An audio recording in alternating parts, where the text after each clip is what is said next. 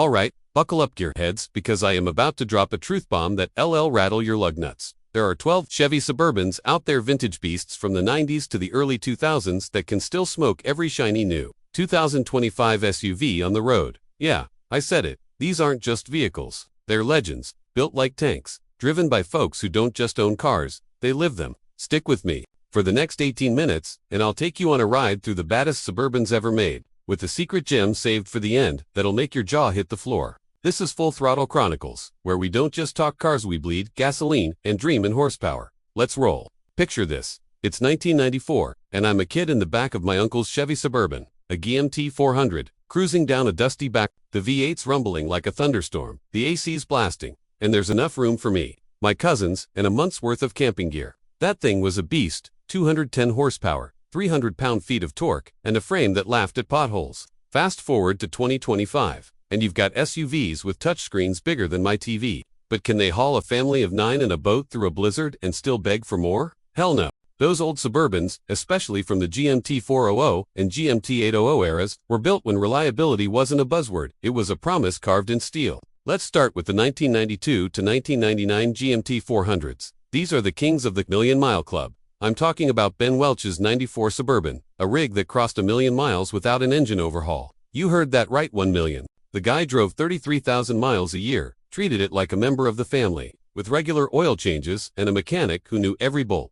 That 5.7-liter V8, it's not just an engine. It's a time machine. Simple, fixable, and tougher than a $2 steak. Compare that to a 2025 SUV with a computer that throws a tantrum if you sneeze near it. I'd rather wrench on a GMT 400 in my garage than deal with a dealership's diagnostic fee. These Suburbans were the Swiss Army knives of the road, towing 8,000 pounds, seating 8, and sipping fuel like a Prius when you babied it. Okay, maybe not that frugal, but you get me.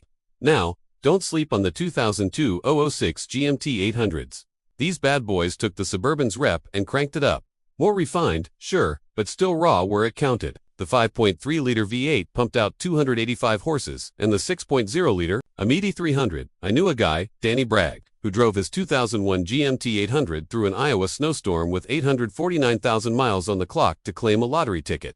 That's not just a car. That's a damn war horse. The GMT 800s brought disc brakes all around, better ride quality, and a cabin that felt like a living room. You could load up the kids, the dog, and a trailer full of dirt bikes, and it'd still cruise like it owned the highway. Try that with a 2025 crossover that's got more plastic than a Barbie factory.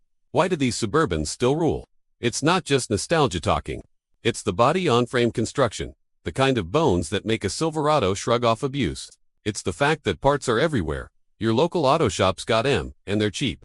Compare that to a 2025 model where a busted sensor costs you $1,000 and a week in the shop. The old Suburbans were built for people who used their vehicles, not just drove them.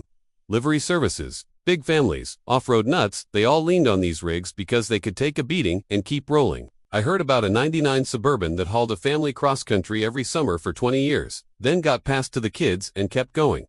That's not a car. That's a legacy. Let's talk numbers, but not the boring kind.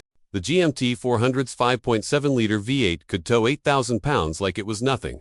The GMT 800 upped that to 8,700 with the right package. Meanwhile, a 2025 Suburban's 5.3-liter V8 tows 8,300 better. Sure, but not by much, and you repaying $65,000 for a base model that's got more tech than guts. The old ones. You can snag a clean GMT 400 for $16,000 on average, per Classic.com, and it'll outlast half the new SUVs on the lot. Fuel economy. Yeah, 12 to 15 mpg ain't winning any green awards. But the diesel GMT 800s could hit 20 mpg highway if you drove like your grandma. Point is, these Suburbans were built to work, not to sip lattes in a parking lot. Here's a curveball, the Suburban's Hollywood game. This thing's been in 1,800 movies and TV shows, everything from Succession to Die Hard. It's got a star on the Walk of Fame, for crying out loud. Why? Because it's the ultimate symbol of American grit. Drug lords, CEOs, soccer moms, they all rolled in Suburbans because it screamed, "I'm going somewhere, and I'm taking everything with me." Compare that to a 2025 Jeep Wagoner L or Ford Expedition Max. Nice rigs, sure, but they're trying too hard to be luxury liners. The Suburban was a blue-collar hero with a penthouse view. Now, let's get to the hidden gem I promised. The 1999 Suburban K1500 with the 6.5-liter turbo diesel, rare as a unicorn. This thing was a torque monster, 290 horses, 430 pound-feet. It wasn't perfect. The early diesels had pump issues, but get a late model 99 with the bugs worked out, and you've got a rig that'll tow your boat, your camper, and your neighbor's ego without breaking a sweat. I saw one at a car show last year, 400,000 miles, still purring like it just rolled off the lot. Find one, maintain it, and you're set for life.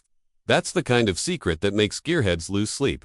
So, why do these 12 Suburban 6 from the GMT 400, 6 from the GMT 800 still crush the 2025 pack? They're not chasing trends. No hybrid nonsense. No touchscreen tantrums. They're honest, built for people who need a vehicle to do something, whether it's crossing deserts or hauling kids. The 2025 Suburban's nice 17.7-inch screen, Super Cruise, all that jazz, but it's a diva compared to its ancestors. Those old dogs were bred for the hunt, not the showroom. As we cruise to the finish line, here's the big question.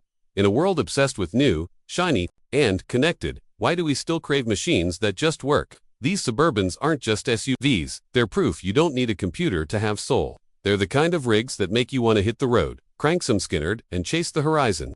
So, tell me in the comments, what's your Suburban story?